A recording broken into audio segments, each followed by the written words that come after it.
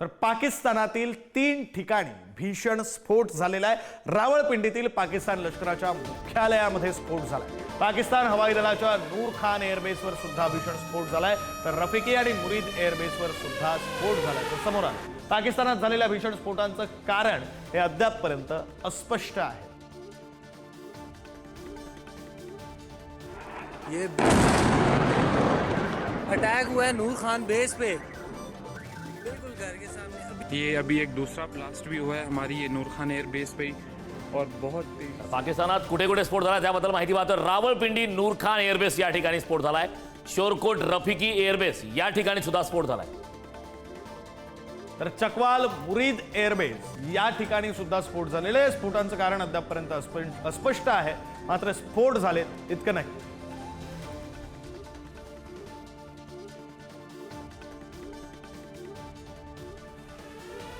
आता एक breaking news पाहूया। पाकिस्तानमधील हवाई क्षेत्र विमान वाहतुकीसाठी आता पूर्णपणे बंद करण्यात आले। पाकिस्तानातील 3 एअरबेसवर झालेल्या हल्ल्यानंतर हा निर्णय घेण्यात आला। व्यावसायिक आणि इतर विमान वाहतुकीसाठी हवाई क्षेत्र आता पूर्णपणे बंद करण्यात आले आहेत। आंतरराष्ट्रीय विमान उड्डाणांवर परिणाम होण्याची शक्यता आहे आणि त्यामुळे आता हा महत्त्वाचा निर्णय आता घेण्यात आला आहे।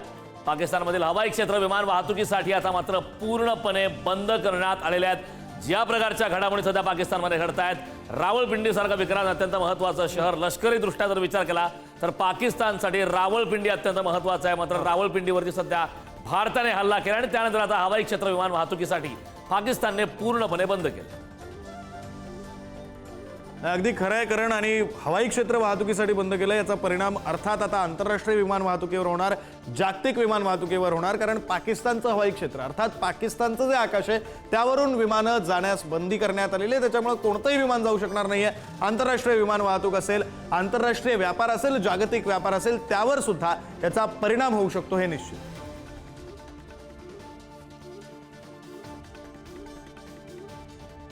तर पाकिस्तानकडून फतेह मिसाईलनं हल्ला करण्याचा प्रयत्न करण्यात आला।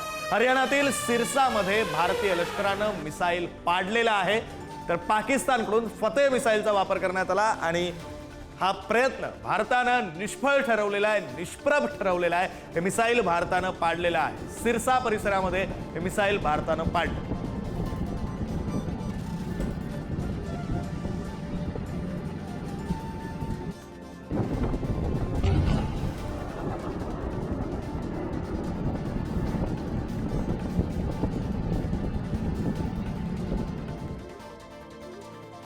पाकच्या हल्ल्याला भारताकडून मात्र जोरदार प्रत्युत्तर देण्यात आलं आहे। पीओकेतील पाकव्याप्त काश्मीरमधील दहशतवाद्यांच्या अड्ड्यावर भारताचे ड्रोन हल्ले सुरू आहेत। तर पाकिस्तानच्या सियालकोट आणि जलालमध्येही भारताकडून प्रतिहल्ला करण्यात आला आहे। पाकच्या हल्ल्याला भारताकडून मात्र जोरदार प्रत्युत्तर देण्यात आलं आहे। एलओसी आणि आंतरराष्ट्रीय सीमेवर पाकने केलेल्या हल्ल्याचा भारतानं प्रत्युत्तर दिलंय। भारतीय सैन्याचं जम्मू सेक्टरमध्ये पाकिस्तानला जोरदार प्रत्युत्तर देण्यात आलंय। विक्रांत, आपण पाहतोय जेव्हा पहलगामचा हल्ला झाला त्या दिवसापासून सलग 14 ते 15 दिवस एलओसीवरती मात्र पाकिस्तानच्या माध्यमातून अंधाधुंद पद्धतीनं गोळीबार करण्यात आला। पाकिस्तानच्या कुरापती काही थांबल्या नाहीत। पाकिस्तान सुधारायचं तयार नाही आणि त्यानंतर आपण पाहतोय प्रत्येक वेळोवेळी भारतीय सैन्याने मात्र पाकिस्तानला जोरदार प्रत्युत्तर दिलं। जिसको गिराने के चक्कर में जो जलालपुर जट्टा की छावनी है वो जो है वो अब फायरिंग कर रही है और ये आप देख सकते हैं। यार ये वीडियो बना ले।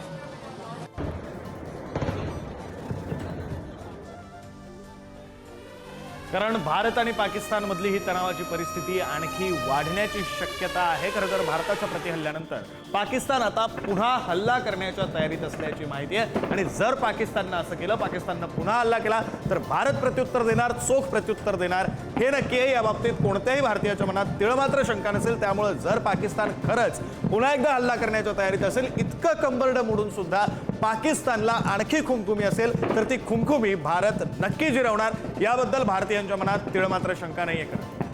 नक्की विक्रांत, ज्या प्रकारचा पाकिस्तानचा स्वभाव आतापर्यंत राहिलेला आहे, पाकिस्तान काही सुधारण्याचं नाव घेत नाही आणि पाकिस्तानच्या कुरापती थांबणार आहेत या प्रकारच्या शक्यता सध्या वर्तवण्यात येतात। मात्र भारत प्रत्येक ठिकाणी पावलोपावली पाकिस्तानच्या या हल्ल्याला प्रत्युत्तर देण्यासाठी सक्षम आहे, तयार आहे। त्या प्रकारच्या घडामोडी आपण राजधानी दिल्लीमध्ये पाहतोय। अगदी रात्री दिवसा कायम बैठकांचा धडाका सुरू आहे, बैठकांचं सत्र सुरू आहे। राष्ट्रीय सुरक्षा सल्लागार अजित डोवाल असतील, पंतप्रधान नरेंद्र मोदी, केंद्रीय गृहमंत्री अमित शाह, संरक्षण मंत्री राजनाथ सिंह यांच्या माध्यमातून बैठकांचा धडाका हा सध्या दिल्लीमध्ये पाहायला मिळतो। अगदी खरं आहे, कारण 22 एप्रिल रोजी पहलगाममध्ये हल्ला झालेला होता, भ्याड हल्ला झालेला होता पर्यटकांवर असं म्हणावं लागेल.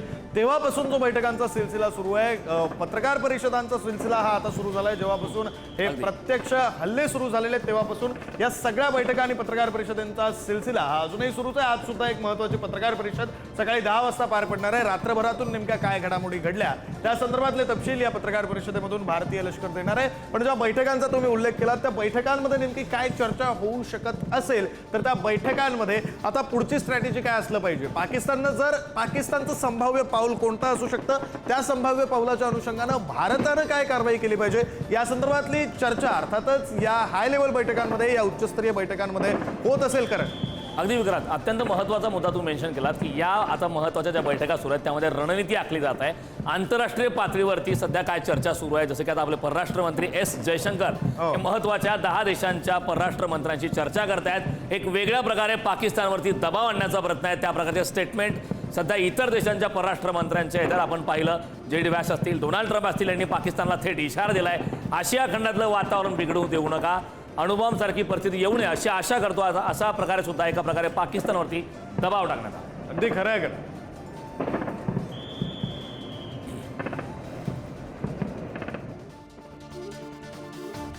तर जम्मू काश्मीरच्या राजौरीमध्ये पाकिस्तानी सैन्याकडून रहिवासी भागामध्ये हल्ले करण्यात आले. राजौरीच्या नागरी वस्त्यांवर पाकच्या सैन्यानं हल्ले केले. पाकिस्तानच्या हल्ल्यामध्ये अनेक घरांचं नुकसान झालंय. राजौरी सेक्टरमध्ये पाकिस्तानी सैन्याकडून अंधाधुंद गोळीबार करण्यात आलाय. पाकिस्तान आणि भारतामध्ये कारण काय बेसिक फरक आहे, विचारधारेचा फरक नेमका काय आहे, आयडिओलॉजीचा फरक काय, तर भारत कधीही सर्वसामान्य नागरिकांना टार्गेट करत नाही, नागरी वस्त्यांना टार्गेट करत नाही. पाकिस्तानचं मात्र याच्या अगदी उलट सुरू आहे. म्हणजे 22 एप्रिलला झालेला दहशतवादी हल्ला असेल तो झाला पर्यटकांवर, सर्वसामान्यांवर. त्यानंतर LOCवर, लाईन ऑफ कंट्रोलवर जी कारवाई किंवा ज्या कुरापती पाकिस्तानकडून सुरू आहेत त्याचा त्रास सुद्धा सर्वसामान्यांना होतोय. आता राजौरी सेक्टरमध्ये नागरी वस्त्यांवर पाकिस्तानकडून गोळीबार करण्यात येतोय, हल्ल्याचा प्रयत्न करण्यात येतोय आणि त्यामध्ये घरांचं झालेलं हे नुकसान आपण पाहतोय. 2 मजली 3 मजली अशी घरं आहेत, त्यांचं नुकसान झालेलं आहे, वाहनांचं नुकसान झालेलं आहे. काही नागरिकांच्या प्रतिक्रिया सुद्धा समोर आल्या आहेत. नागरिकांमध्ये स्वाभाविकपणे घबराटीचं वातावरण यामुळे निर्माण झालं. नाही, अगदी भारत पाकिस्तानमध्ये हाच तर मूळ फरक आहे की अगदी या युद्धाची सुरुवात म्हणावी लागेल थोडक्यात कशी झाली, ही जी आजची परिस्थिती तणावाची निर्माण झाली. खरं तर भारताने ऑपरेशन सिंदूर राबवलं त्यावेळी फक्त त्या ठिकाणी दहशतवाद्यांचे अड्डे, दहशतवाद्यांचे तळ उद्ध्वस्त करण्यात आले. त्या प्रकारची प्रतिक्रिया संयुक्त राष्ट्रसंघात जागतिक पातळीवरती सर्व देशांना त्या प्रकारचा मेसेज देण्यात आला होता. यावेळी पाकिस्तानचं कुठलंही लष्कर किंवा पाकिस्तानी नागरिकांना टार्गेट करण्यात आलेलं नव्हतं. मात्र त्यानंतर आता आगामी काळात पाकिस्तान भारत हा जो भारताचा लढा आहे तो भारत विरुद्ध दहशतवाद असा आहे, अशा प्रकारचा स्पष्ट मेसेज जगभरात देण्यात आला. मात्र त्यानंतर सुद्धा पाकिस्तानच्या कुरापती अद्यापपर्यंत काही थांबत नाही. बहुत ज़्यादा खराब है और अभी बहुत ज़्यादा बमबारी हो रही है यहाँ पे मंडी वगैरह वाली साइड में काफ़ी. और यहाँ अभी हमारे पास एक इंजर्ड आया हुआ है और डॉक्टर वगैरह पूरी टीम यहाँ जो है वो बिल्कुल तैयार है. तो अभी एक आया है, हमने उसको अंदर ले लिया है और उसका ट्रीटमेंट शुरू हो गया. आते ही उसका ट्रीटमेंट शुरू हो गया. अभी हालात बहुत ख़राब है, न जाने अभी कितने और आएंगे. किस तरह के हालात बने हुए जंगी हालात आज? हाँ, आज बिल्कुल जंगी हालात हैं. अभी सुनने में ये भी आया है कि सुरनकोट वगैरह में भी, यहाँ भी मंजाकोट में भी आज बहुत ज़्यादा वो हो रहा है, बहुत ज़्यादा शेलिंग हो रही है. लिहाजा हम तैयार हैं सारे. पंजाबच्या जालंधरमधील कंगणीवाल गावात पाकिस्तानकडून हल्ला करण्यात आलाय. हल्ल्यानंतर ड्रोनचे काही भाग यावेळी जप्त करण्यात आल्यात. ही दृश्य आपण पाहतोय. हल्ल्यानंतर ड्रोनचे विक्रांत काही हे भाग आहेत. तर रोज सकाळी असं काहीतरी नवीन पाहायला मिळतंय. आपण सध्या पाहतोय पाकच्या जालंधर मधला हा प्रकार आहे. पाकिस्तानच्या ड्रोनच्या माध्यमातून हल्ले करण्याचे प्रयत्न वारंवार सुरू आहेत. आपण जर नोटीस केलं तर काल रात्री संध्याकाळी अंधार पडल्यानंतर त्वरितच काही ड्रोन हल्ले सुरू झाले.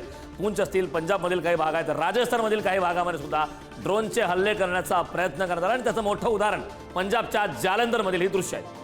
नाही, खरंय कारण. आणि या सगळ्याच्या पार्श्वभूमीवर काल रात्री भारताच्या बऱ्याच भागांमध्ये म्हणजे खास करून सीमावर्ती जे भाग आहेत तिथल्या बऱ्याच शहरांमध्ये पूर्णपणे ब्लॅकआउट करण्यात आलेला होता. वीज पुरवठा हा पूर्णपणे खंडित करण्यात आलेला होता. नागरिकांना आवाहन केलं गेलं होतं की या दरम्यान ज्या सूचना दिल्या जात आहेत त्यांचं पालन करावं. आणि आता या ड्रोनची दृश्य सुद्धा आपण ड्रोनच्या काही भागांची दृश्य, सुट्या भागांची, पडलेल्या ड्रोनच्या भागांची दृश्य ही आपण पंजाबमधून पुढारी न्यूजच्या टीव्ही स्क्रीनवर पाहतो. हल्ल्यानंतर ड्रोनचे काही भाग यावेळी जप्त करण्यात आले आहेत. स्वाभाविक आहे या ठिकाणी नागरिकांमध्ये आता भीतीचं वातावरण आहे, कारण भारतीय नागरिकांना टार्गेट केलं जात आहे. नुकतंच काही वेळापूर्वी एक अपडेट सुद्धा आली होती की आंध्र प्रदेशमध्ये एका मंदिराच्या समोर आप शंभू मंदिर आहे त्या ठिकाणी सुद्धा क्षेपणास्त्राने हल्ला करण्याचा प्रयत्न झाला आणि त्या निमित्ताने पाकिस्तानच्या माध्यमातून पुन्हा एकदा जातीय रंग देण्याचा सुद्धा प्रयत्न झालाय अशी सुद्धा विक्रांत सध्या चर्चा सुरू आहे. खरं आहे, कारण तुम्ही म्हणताय त्याप्रमाणे चर्चा या वेगवेगळ्या अनुषंगानं सुरू आहेत. मात्र या सगळ्या चर्चांच्या मुळाशी काय आहे तर पाकिस्तानचा स्वभाव, पाकिस्तानची वागणूक, पाकिस्तानचा अजेंडा नेमका काय आहे तर सर्वसामान्यांना त्रास देऊ हा पाकिस्तानचा अजेंडा आहे. आणि या अजेंड्यावरून मग या सगळ्या चर्चा सुरू आहेत. हा अजेंडा या प्रत्येक चर्चेच्या मुळाशी. अगदी पाकिस्तानच्या जन्मापासून जर विक्रांत विचार केला तर ज्या प्रकारच्या कुरापती ज्या प्रकारच्या घडामोडी पाकिस्तानातून करतायत, जगभरात जो दहशतवाद पसरत आहे त्या दहशतवाद्यांना पोचण्याचं काम पाकिस्ताननं केलंय. अगदी ओसामा बिन लादेनला सुरक्षा देण्यापासून त्याला पाकिस्तानमध्ये ठेवण्यापासून अशा बऱ्याच गोष्टी आहेत. भारतात तर अनेक वेळा हल्ले झाले. 26/11चा हल्ला आहे, संसदेचा हल्ला आहे, त्यानंतर असे अनेक प्रकारचे पुलवामा अटॅक आहे, उरी आहे, अशा प्रकारचे अनेक हल्ले झाले.